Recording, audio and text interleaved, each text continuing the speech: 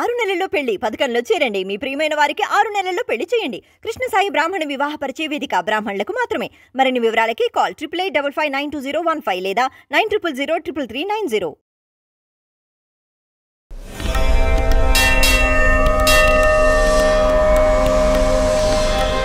నా పేరు దోమల నాగేంద్ర, ఎనర్జీ వాస్తు ఎక్స్పర్ట్.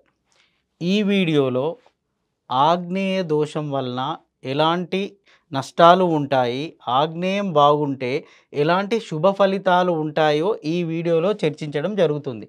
సో ఆగ్నేయం అనేది తూర్పుకు దక్షిణానికి మధ్యలో ఉండే ఈ మూల, దీన్ని ఆగ్నేయ మూల అంటారు, లేదా సౌత్ ఈస్ట్ కార్నర్ అంటూ ఉంటారు.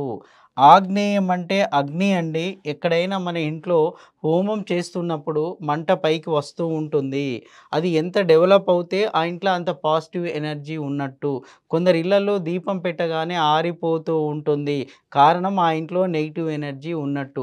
కొద్ది కాలం ఇంటిని క్లోజ్ చేసి ఎక్కడికైనా వెళ్ళేసి వచ్చిన వెంటనే దీపం పెట్టండి, దీపం ఆరిపోతుంది. కారణం ఏంటి?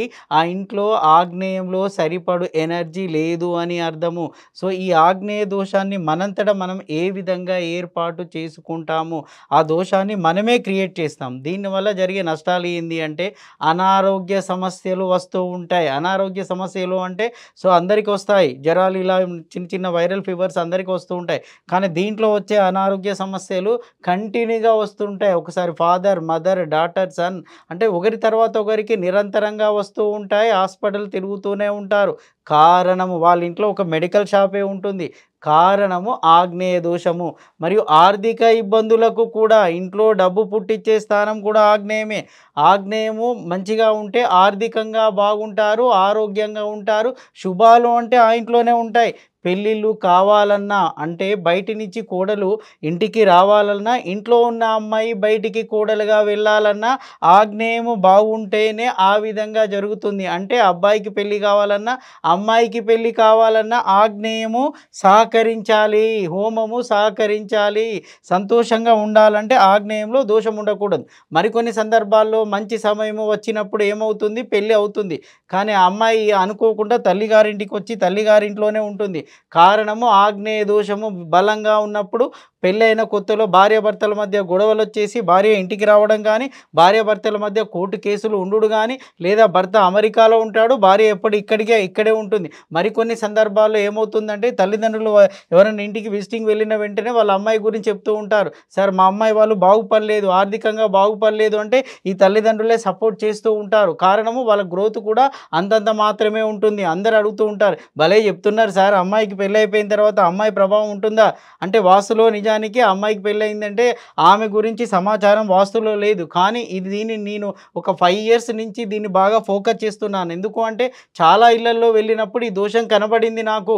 అమ్మాయి ఇంట్లో ఉండడమే చూశాను నేను. ఏమైంది, మొన్ననే పెళ్ళయిందండి, 2 years అయింది, గొడవలు పెట్టుకున్నారు, అమ్మాయి ఇంటికి వస్తుంది, గొడవలు అవుతుంది, అమ్మాయి తరచుగా ఇంటికి వస్తూ ఉంటుంది. ఇవి చూసిన తర్వాత ఆగ్నేయ దోషము అమ్మాయి మీద కూడా ప్రభావం చూపుతుంది, పెళ్లి తర్వాత కూడా ప్రభావం చూపుతుంది. అమ్మాయికి ఏమైనా ప్రాబ్లం వస్తే ఫోన్ చేసేది పేరెంట్స్కే, అది గుర్తుంచుకోండి. అంటే అమ్మాయికి ఇంటికి అంత సంబంధం ఉంటుంది. బయట అత్తగారి ఇంటికి వెళ్ళినా కూడా సో ఈ కుటుంబంతో బంధము అనుబంధం ఉంటుంది. వారు అక్కడ ప్రశాంతంగా, ఆనందంగా, సంతోషంగా ఉండాలి అంటే ఆగ్నేయ దోషము ఉండకూడదు. సో ఈ విధంగా ఇన్ని రకాలుగా ఈ దోషం ఉంటే సో ఇంట్లో ఉన్న వారికి, ముఖ్యంగా ఆడవారు సిక్ అవుతూ ఉంటారు. ఇంట్లో ఉన్న యజమానిరాలు ప్రశాంతంగా ఉండదు. కారణము ఈ ఆగ్నేయ దోషము తింటూ ఉంటుంది. మరి ఈ ఆగ్నేయ దోషము ఏ విధంగా ఇంటికి ఏర్పడుతుందో చూద్దాం. ఏం చేస్తామండి, కాంపౌండ్లో ఆగ్నేయ మూలకు ఇక్కడ వచ్చేసి కప్పుగా మనము టాయిలెట్ కానీ బాత్రూమ్ కానీ కడుతూ ఉంటాం. సో దీనివల్ల కూడా ఆగ్నేయ దోషం ఏర్పడుతుంది. ఎందుకు అంటే ఆగ్నేయం అంటే ఆగ్నేయంలో ఫైర్, నిప్పు జనరేట్ కావాలి, నిప్పు పుట్టాలి, నిప్పు మీద నెయ్యి పోయాలి, నీళ్లు పోయకూడదు కదా. ఇక్కడ ఏం చేస్తున్నాం, నీళ్లు పోస్తున్నాము, నిప్పు చల్లారుతూ ఉంటుంది, ఫైర్ జనరేట్ కాదు. శుభాన్ని మనంతట మనమే ఆర్పేస్తున్నాము, కట్ చేస్తున్నాము. కారణము ఇక్కడ అంటే తూర్పు గోడకు టచ్ చేసి, దక్షిణం గోడకు టచ్ చేసి ఎప్పుడైతే దీంట్లో టాయిలెట్ కానీ బాత్రూమ్ కానీ కడతామో అప్పుడు ఆగ్నేయము కప్పుగా మారిపోతుంది, ఆగ్నేయము దోషంగా ఏర్పడుతూ ఉంటుంది. దీన్ని ఎవరు చేశారు, మనంతటా మనమే చేసుకున్నాము. అది ఒక తప్పు. మరి ఇంకో తప్పు ఏం చేస్తారు అంటే, ఈ ఆగ్నేయంలోనే సెప్టిక్ ట్యాంక్ వేస్తారు. చూడండి, ఈ ఆగ్నేయంలోనే సెప్టిక్ ట్యాంక్ వచ్చేస్తుంది. వాస్తవానికి ఇక్కడ నిప్పు పుట్టాలి, నీళ్లు పోయకూడదు కదా. మనం వేసిన సెప్టిక్ ట్యాంక్ ఎలా ఉంది, ఆ వాటర్ ఎలా ఉంటుందో మీకు తెలుసు, ఆ నీరు ఎలాంటిదో మీకు తెలుసు. అక్కడ మనం ఏం చేసాము అంటే ఆ స్టోర్ను డెవలప్ చేసాము. సెప్టిక్ ట్యాంక్ రూపంలో వాటిని స్టోర్ చేస్తున్నాం. నీటర్ను మనము స్టోర్ చేసి వాటర్ ట్యాంక్ కింద దించుతున్నాము. అంటే ఇక్కడ నిప్పు అనేది ఎప్పుడు కూడా డెవలప్ కాదు. అందుకే ఆగ్నేయంలో సెప్టిక్ ట్యాంక్ అందరు వేస్తున్నారు కదా సార్, మేము వేసాము. అందరు అనుభవిస్తున్న సమస్య మీకు తెలుసా? వారికి ఎవరికైనా వ్యాధి వస్తే డాక్టర్ దగ్గరికే పోతూ ఉంటారు, డాక్టర్కే చెప్తూ ఉంటారు. సో వాస్తు వారికి, మాలాంటి వారికి వారు ఆ సమస్యను చెప్తూ ఉంటారు, అంతేగాని అందరికీ చెప్పుకోరు కదా. అది గమనించండి. సో ఇక్కడ వేయడం కూడా ఆగ్నేయ దోషమే.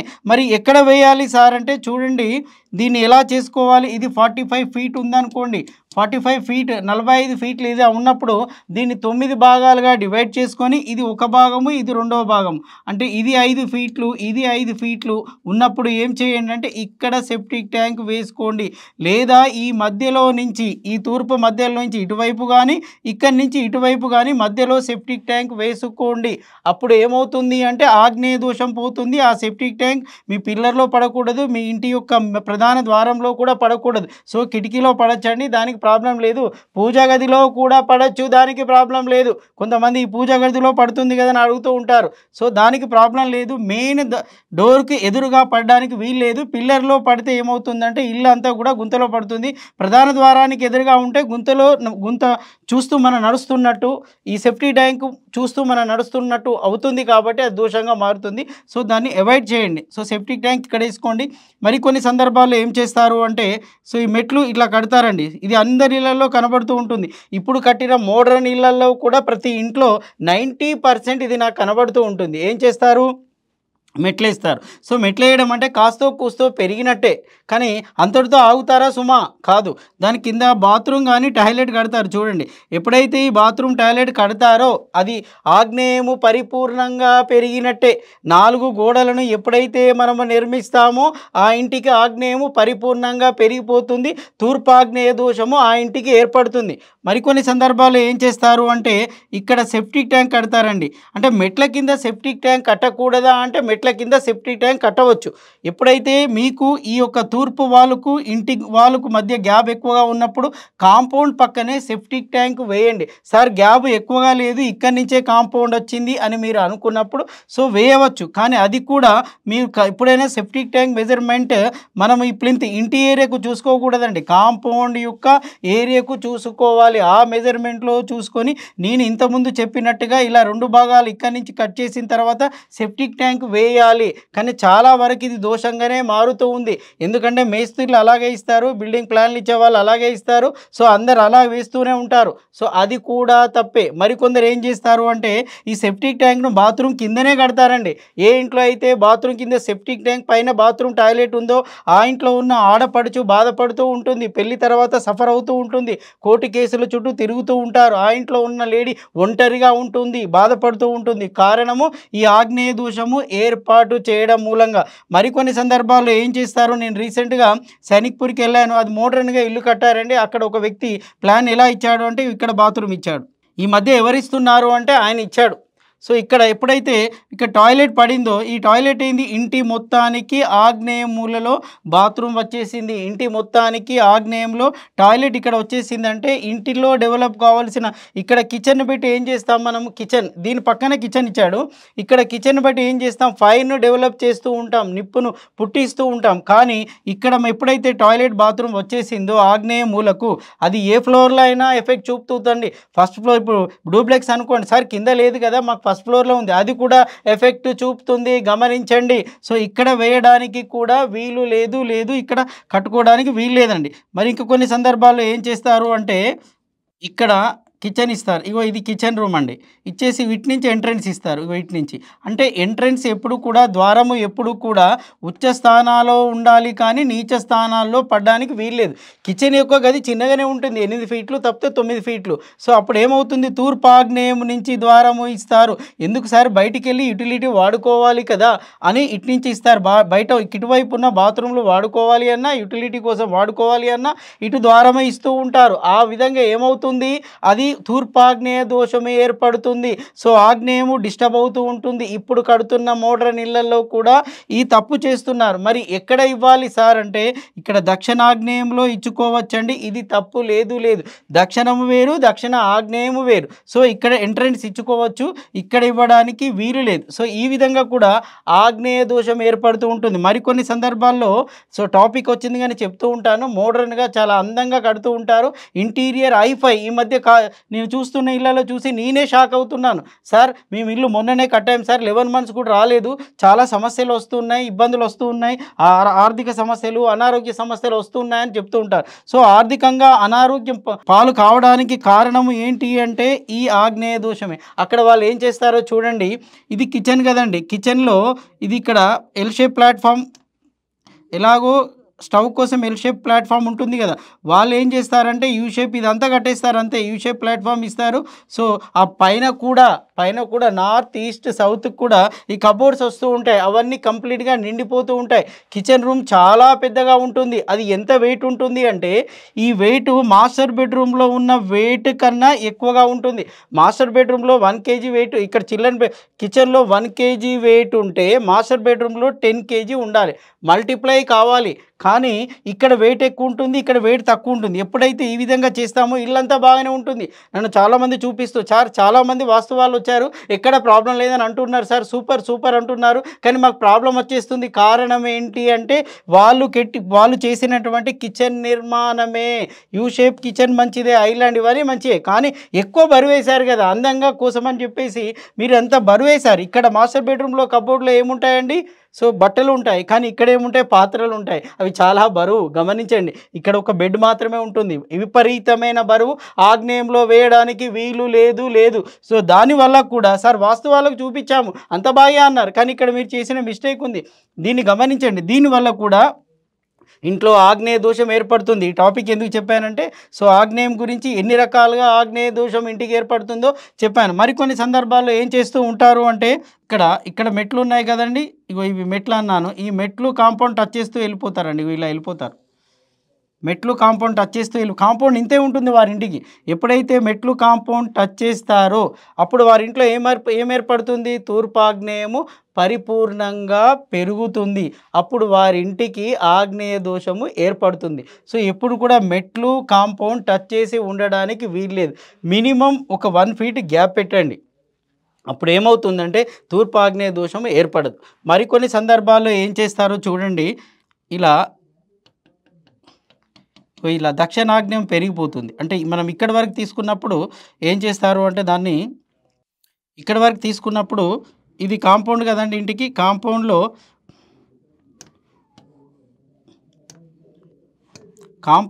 ఇగో ఇలా వెళ్ళిపోతుంది, ఆగ్నేయం ఇలా పెరుగుతుంది. ఇగో చూడండి, ఇది కాంపౌండ్లో దక్షిణాగ్నేయము పెరిగిపోయింది, నైరుతి తరిగిపోయింది.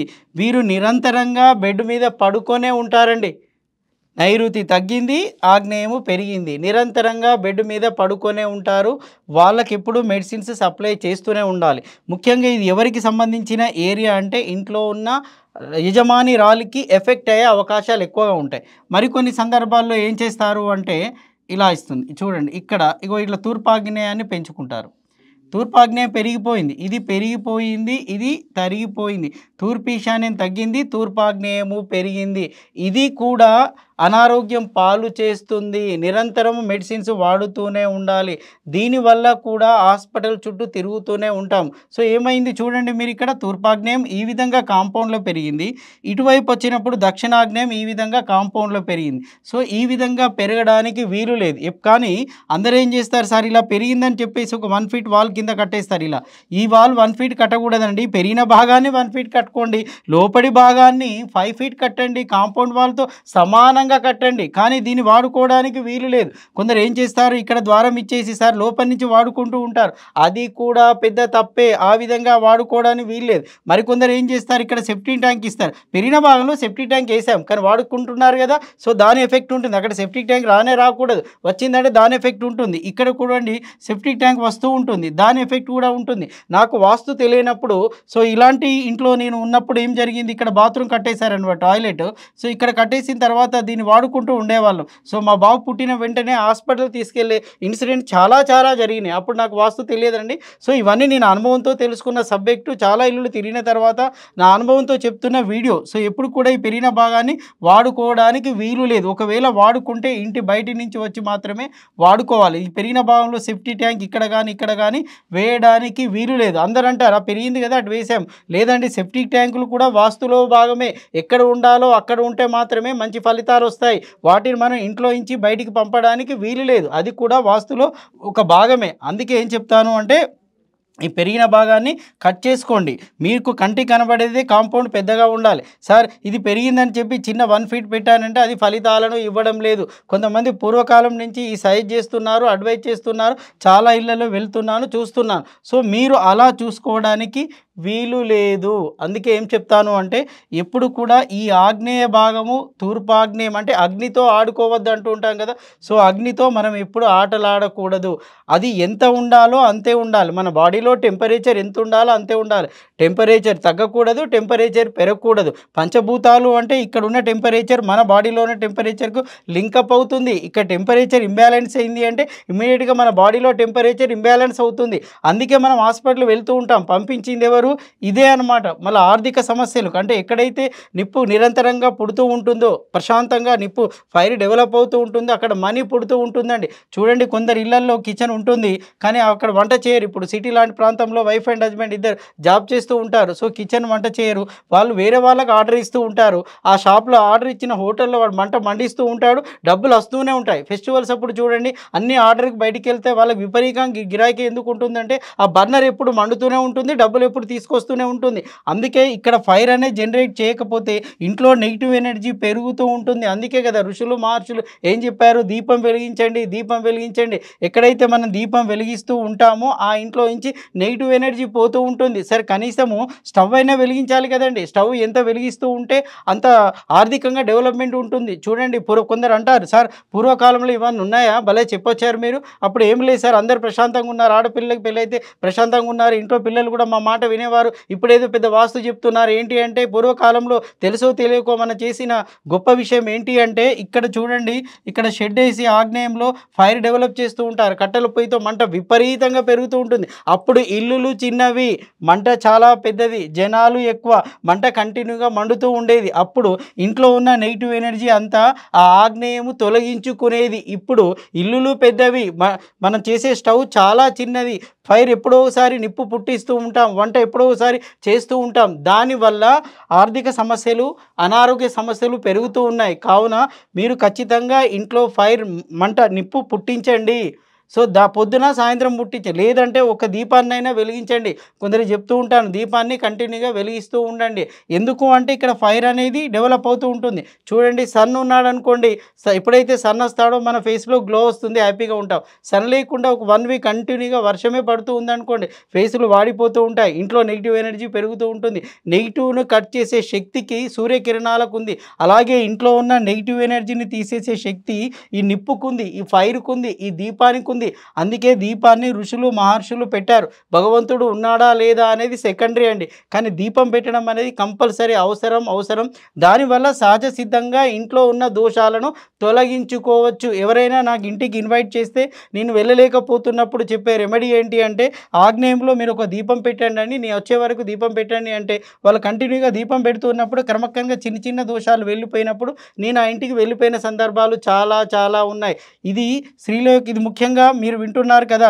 సో ఇంట్లో ఉన్న ఆడవారు ఎప్పుడైతే ఇక్కడ దీపాన్ని వెలిగిస్తారో, ఎప్పుడైతే వంటగదిని శుభ్రంగా ఉంచుకొని వంట చేస్తూ ఉంటారో వాళ్ళు ఆరోగ్యంగా ఉంటారు, ఆహ్లాదంగా ఉంటారు, వాళ్ళ ఫేస్లో గ్లో ఉంటుంది, ఆనందం ఉంటుందండి. సో ఇలాంటి ఆగ్నేయ దోషాలు లేకుండా చూసుకొని సక్సెస్ సాధిస్తారని చెప్పి ఆశిస్తున్నాను. సో మీ ఇంట్లో మీకు ఎలాంటి దోషాలు, చిన్న చిన్న సవరణలు ఏమైనా ఉంటే మీ ఇంటి వాస్తుకు ఉందో లేదో మీరు తెలుసుకోవాలి అంటే స్క్రీన్ మీద ఉన్నటువంటి వీడియో మీ స్క్రీన్ మీద ఉన్న నెంబర్ వస్తుంది చూడండి. ఆ నెంబర్కు మీరు వాట్సాప్ ఉంది, వాట్సాప్కు మీ ఇంటి ప్లాన్ పెట్టండి, మీ ఇంటి వీడియో తీసి పెట్టండి. మీకు కావాల్సిన డౌట్స్ వాట్సాప్లో మెసేజ్ పెట్టండి. అంతేకాని నాకు ఫోన్ చేయడం వల్ల నేను అందరికీ రెస్పాండ్ కాలేను, ఛార్జీలు వర్తిస్తాయి. సో ఈ విధంగా దోషాలు లేకుండా చూసుకుంటారని చెప్పి ఆశిస్తున్నాను.